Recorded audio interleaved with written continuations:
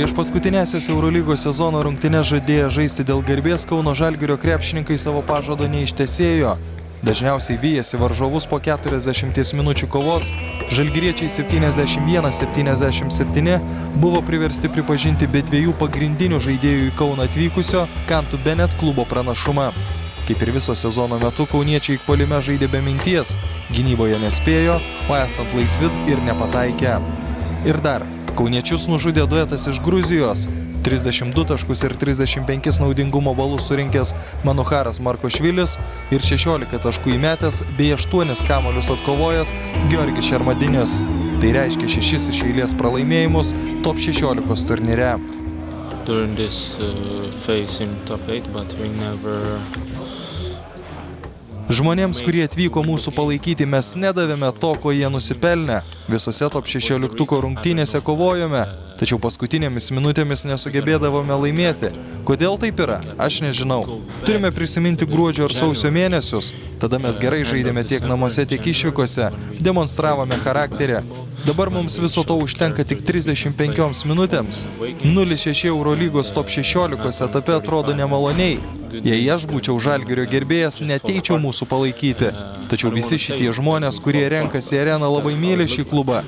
Todėl turime jiems atsidėkoti kažką nuveikdami VTB vieningoje lygoje, kad šiek tiek kompensuotumėme šį blogą mūsų pasirodymą. Nesakau, kad Eurolygoje mes žaidėme blogai. Taip nebuvo. Gerai žaidėme Tel Avive, gerai žaidėme Kantu, tačiau nežinodavome, kaip baigti rungtynes. Tas pats nutiko ir šį vakarą.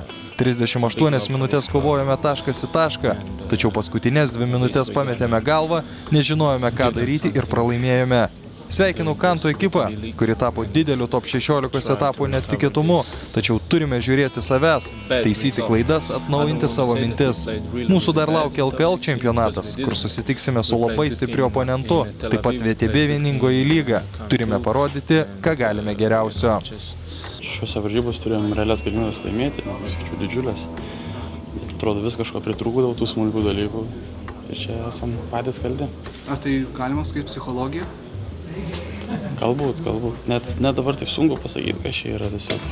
Fizinis paruošimas geras, trenerių dirbom sunkiai, atrodo, nagrinėjom varžovus viską, bet matyt varžovai tai padarė geriau. Paprasčiausiai kitos komandos yra stipresnės ir nereikia čia niekur ieškoti kažkokių, kodėl nepateko. Dėl to, kad yra aukšto lygio komandos, kurios vieno ar dviem laipteliais už mumis aukščiau. Dėl to ir nepatenka. Absolutely deserved the win of Cantu and congratulations for them. They were a better team. They knew what they want. Cantu pelnytai šiandien laimėjo, jie nusipelnė pergalės ir žaidė, žinodami, ko jie nori. On the second hand, what determined it for the game from my standpoint is the beginning.